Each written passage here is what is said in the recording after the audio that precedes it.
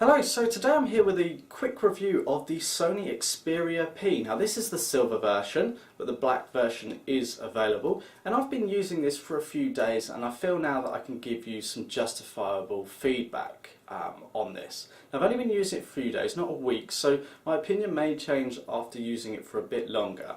Now, just a bit of background, I use a Sony Xperia S on a daily basis, so it's from the same family, so I feel that I'm in an even better position to give you an honest review of this device because I've used the more powerful, more expensive sort of Xperia in the family.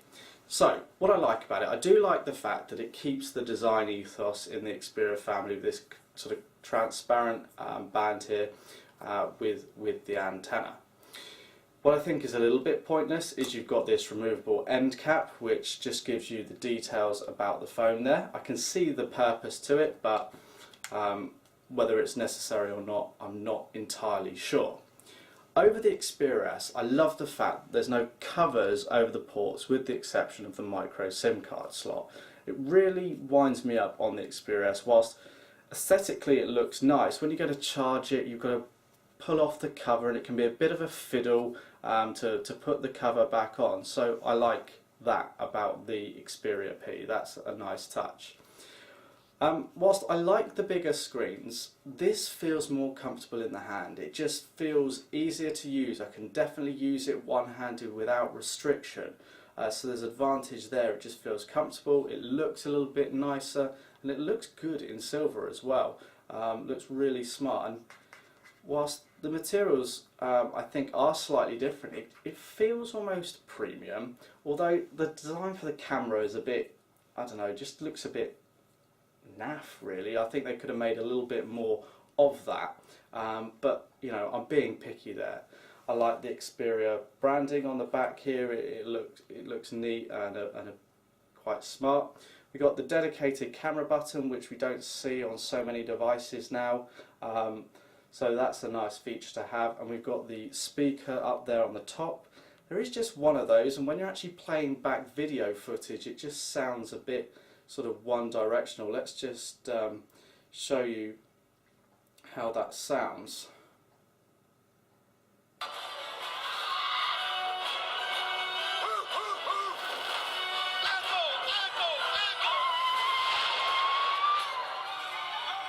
So the sound isn't actually bad, it just sounds, if you're being picky, that it's coming out from that one direction. It'd be nice to have a second speaker, but that's sort of a small thing.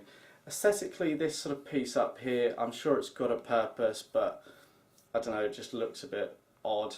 In terms of operation, very powerful. It's got its dual core processor in here, it works fine. I've noticed no lag.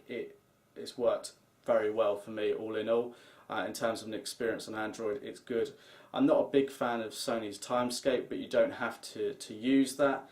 You can customize it how you like, add on the applications. The buttons on here, you probably see you've got the back, home and menu key. Now, one of the quirks or faults, if you like, on the Xperia S is you've got three silver dots. I'm not sure if that's going to show up there, but just above those buttons, so you don't actually press where the icon is on the transparent bar, you press slightly above it. However, on the Xperia P, those silver dots don't exist and you actually press more on the transparent bar, which is good because it's more logical. It's not so temperamental when you actually press the touch sensitive buttons. But then you look at the Xperia U and it's got the three dots again, and I don't understand the inconsistency across the range for that. However, I think it works a lot better on the Xperia P. Camera shots on this are pretty good. Let's just go into the camera. I've been pretty pleased with what it can do. You've got video footage there in full HD, you've got the 8 megapixel camera, and overall I've been very satisfied. Another nice feature is the location of the power button. It's on the side. Now, you may not think about this too much, but if you've got the power button on the top of the device, it can be very frustrating. especially as the screens on these devices get bigger. On the Xperia S, I kind of feel I have to shuffle it down my hand and press the power button on top, and then shuffle it back out to put it in a comfortable holding position. With Xperia P, I don't actually have to do that. I can just simply use it in the hand where I feel comfortable and easily press the button. Now I'm left-handed, so pressing with the right hand, but the principle applies when you use it in your right hand. You just press the power button with your right thumb.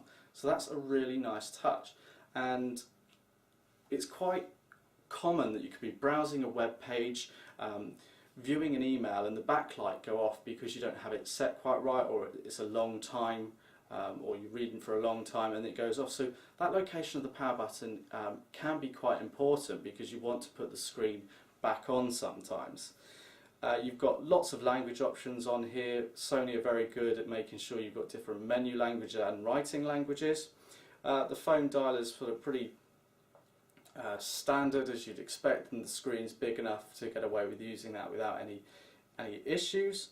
Web browsing's good. It's got Wi-Fi and 3G on here, so there's no issue when it comes to actual connectivity. The pages render nicely on screen there. You can double tap in and out to view them, and in landscape mode. It's got a fixed internal battery and fixed internal memory. There's no way of expanding the memory or actually removing the battery. The battery's not a biggie, but I think some people do like to actually remove the battery. In terms of memory, it would be nice to have more. It would be nice to have a microSD slot, but in reality for a lot of users the 16 gig on board is enough.